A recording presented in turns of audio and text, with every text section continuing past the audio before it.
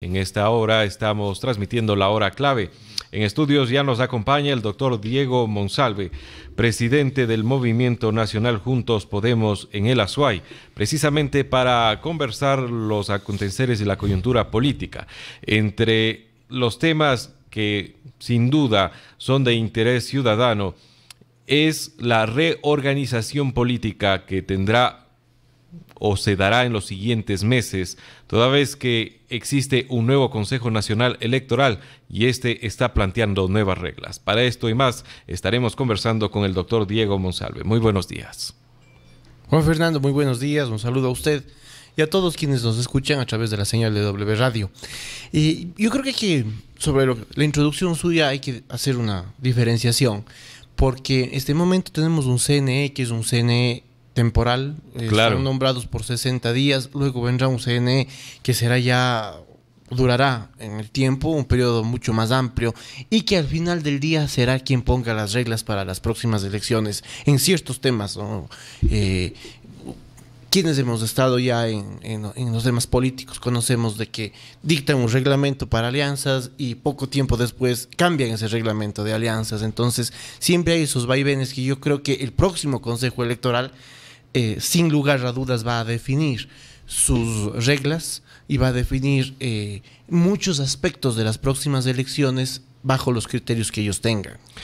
Precisamente por tratarse de un organismo que está de manera temporal al frente, sí vale la pena analizar y con su experiencia poder contar con el criterio sobre ya los primeros anuncios que ha hecho el Consejo Nacional Electoral Transitorio, valga el término. Estos anuncios van precisamente en incluso la reducción del presupuesto para las elecciones en el año 2019. ¿Con qué ojos miran las organizaciones políticas que buscarán terciar para esas elecciones? Juan Fernando, hay ciertos costos y hay ciertos gastos que no podrán bajar. Usted entenderá temas de papeleta, temas de personal para conteo, porque más bien la tendencia es de que cada vez el conteo sea más rápido y que en el menor tiempo posible se puedan tener los resultados ya definitivos o cuando menos resultados que ya no puedan variar en cuanto a las tendencias. Entonces esa es una demanda y es una exigencia a nivel mundial. Yo creo que en ese ámbito el CNE no podrá y no hará reducciones, pero más bien hemos visto con muy buenos ojos una declaración del doctor Gustavo Vega Delgado, un ilustre y muy honesto cuencano que está al frente del Consejo Nacional Electoral, quien ha dicho que pueden o han hecho ya un recorte de alrededor de 20 millones de dólares. Eso yo saludo y celebro, porque no únicamente en tiempos de abundancia se tiene que ser cuidadoso con los recursos, sino también ahora en los tiempos de Entendiendo que son recursos públicos ante todo. Sin lugar a dudas, sin lugar a dudas. Yo vi uno de los rubros, por ejemplo, era una consultoría, y ellos han visto que ya no es necesaria la consultoría. Entonces, el tema de reducción de gasto público, el tema de limitación de recursos, el tema de austeridad en general tiene que ser una constante, no solamente a nivel de ejecutivo y GAT, sino en todas las instituciones que conforman el sector público. Así que yo veo con muy buenos ojos este anuncio que ha hecho el doctor Vega, de este recorte de alrededor de 20 millones de dólares de gastos que no van a ser necesarios realizarse. Yo creo que ese es un aporte más que nunca en las actuales circunstancias del país. Soy reiterativo en algo, el tema del proceso electoral como tal. El doctor Vega ha indicado algunos rubros y vuelvo y repito, por ejemplo, el tema de una consultoría. Qué bueno que eso se elimine, quizá eso no es necesario en este momento, puede esperar a otro momento, a otra coyuntura económica del país. Pero gastos del proceso electoral como tal, gastos de tecnología en lo que tiene que desplegarse para el montaje electoral, gastos en personal, en eso yo estoy seguro que no escatimarán. Y sobre esos gastos tendrá la última palabra el próximo Consejo Nacional Electoral. Hay reglas de juego bastante claras cuando de elecciones se trata. Ustedes, como un movimiento relativamente nuevo, un movimiento nacional llamado Juntos Podemos, ¿Cómo analizan y miran la posibilidad de terciar en el 2019? ¿Existen las facilidades para dar a conocer el movimiento? ¿Es fácil llegar a los medios de comunicación? ¿Ustedes ven factible que sus candidatos logren la aceptación y trascendencia que obviamente cualquier movimiento desea? Juan Fernando, le comento de que existe un interés, existe una curiosidad, existe una apertura, especialmente fuera de la SUAY.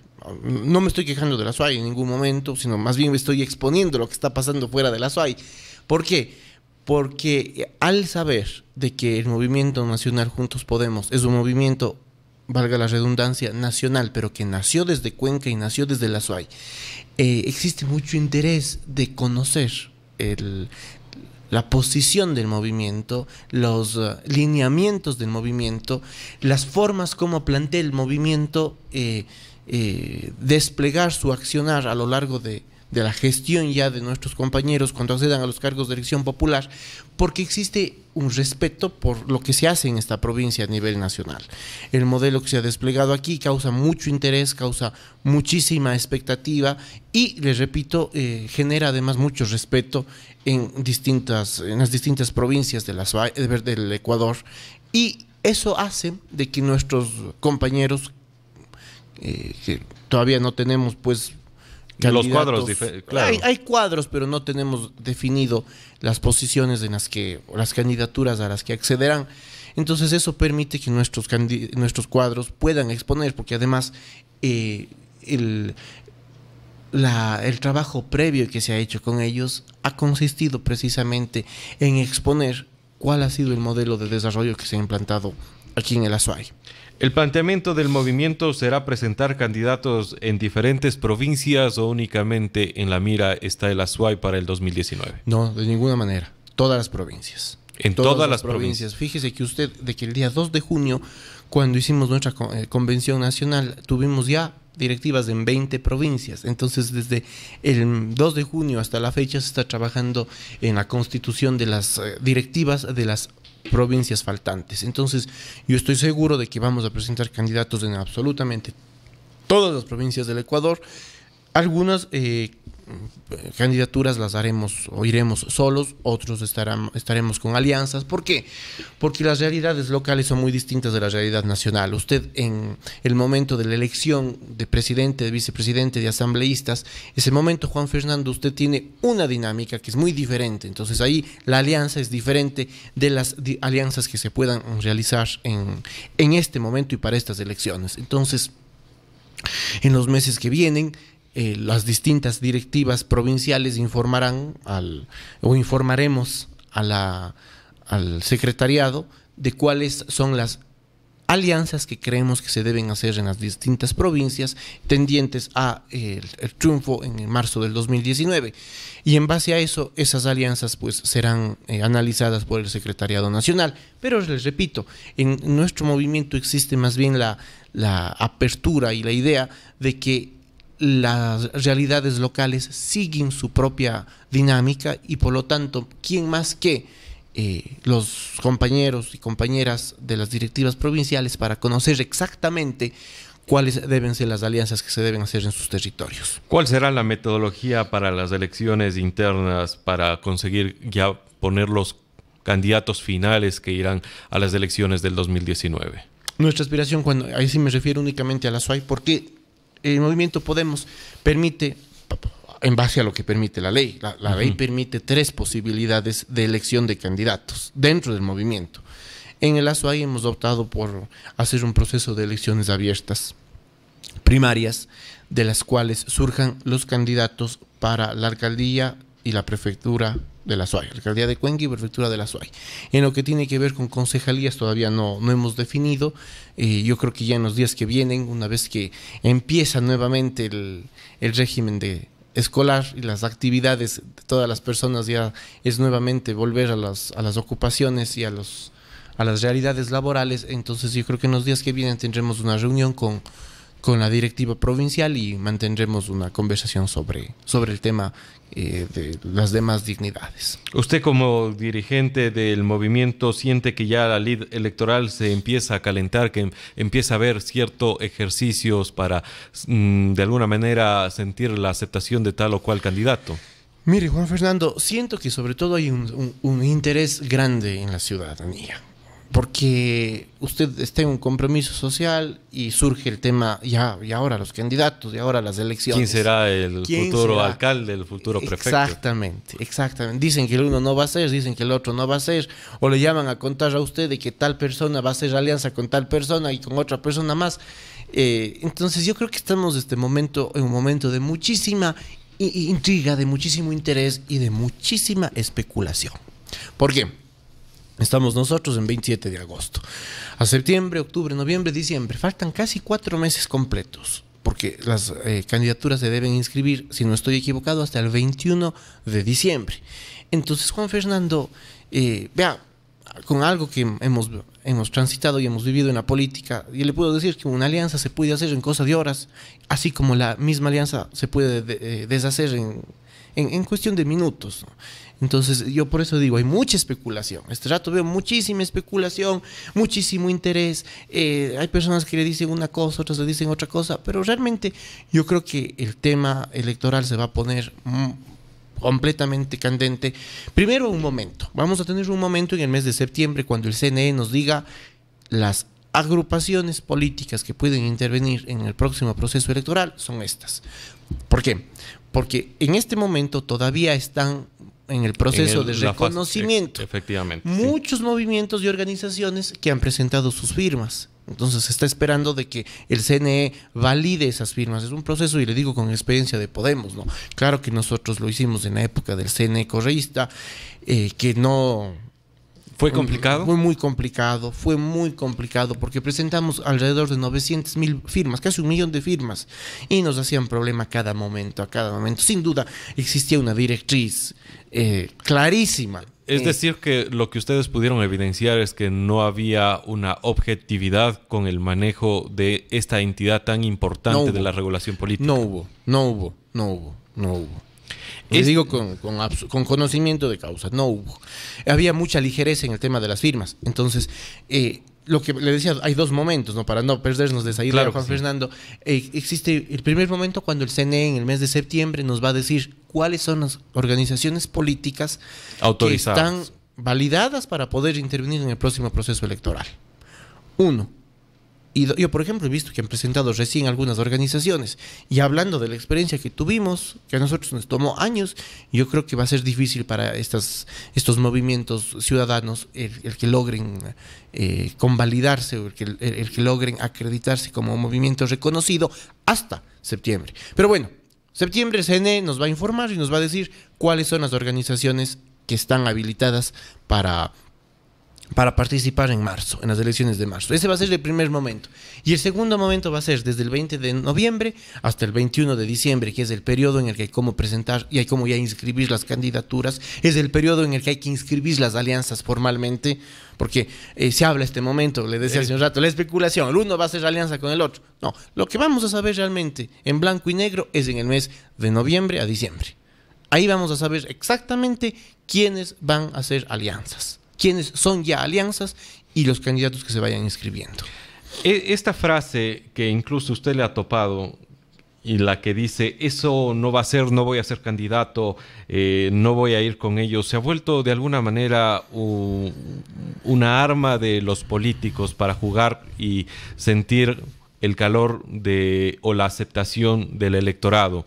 ¿Ustedes ven que eso es ético, finalmente, de alguna manera, encausa la voluntad del votante? Verá, yo creo que ahí hay 2 lecturas. Una lectura, Juan Fernando, es una lectura absolutamente personal. ¿Por qué? Porque hay muchas personas que han estado en la política y que realmente desean ya realizar otra actividad. Quieren retirarse, quieren cuando menos darse un espacio de tiempo para realizar actividades privadas o actividades públicas, puede ser, pero en otros ámbitos. Entonces puede ser un sentir muy personal muy cierto de la persona el decir, no quiero ser candidato, no voy a ser candidato. Pero hay otras personas que quizá utilizan eso como estrategia. Y sobre eso yo no puedo referirme porque realmente ellos ya tendrán sus opiniones y sus criterios de por qué lo hacen o lo dicen. Pero realmente le digo, hay personas que han pasado ya y han trajinado por la política y que con honestidad y sinceridad dicen, no quiero ser candidato, no voy a ser, no aspiro a ser candidato. Porque así como la vida laboral, si hablamos de la suya, hablamos de la mía, vemos que existen periodos de tiempo en los que uno realiza una actividad y uno realiza otro periodo de tiempo, otra actividad.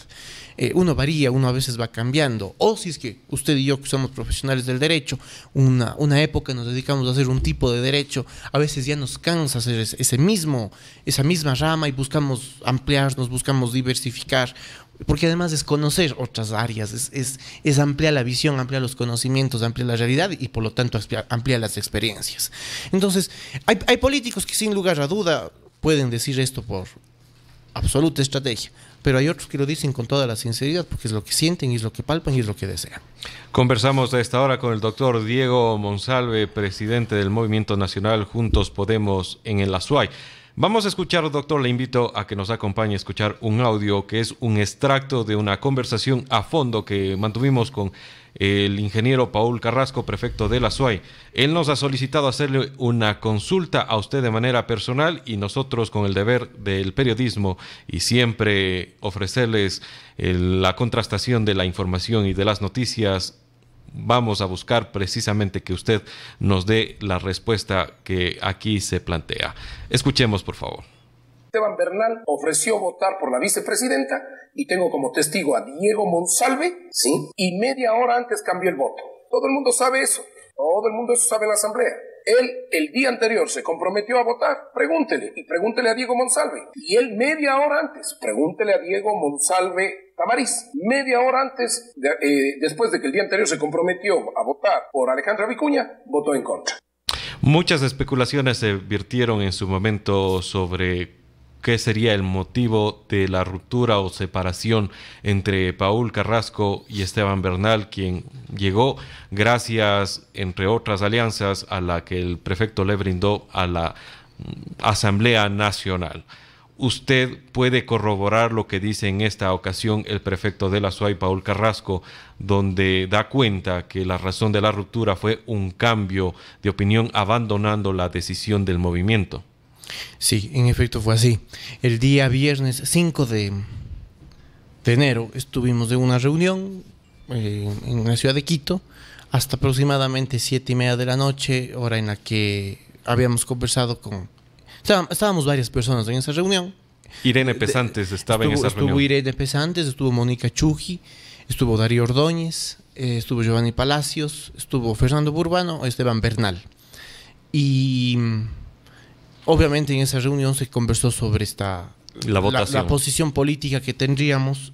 Y sí, es verdad, en efecto, en ningún momento. Incluso le cuento de que los dos compañeros asambleístas hablaron de la posibilidad incluso de conversar con algunos colegas que a criterio de ellos estaban dubitando el voto, aunque no tenían certeza o no tenían claro, porque usted sabe que más allá de afectos o desafectos, más allá de que nos guste o nos disguste la señora vicepresidenta, el concepto era, el señor presidente considera de que ella le da gobernabilidad, simplemente apoyemos a aquello, ¿no? A la gobernabilidad del presidente en un momento yo creo que pocas veces se repetirá en la historia del Ecuador.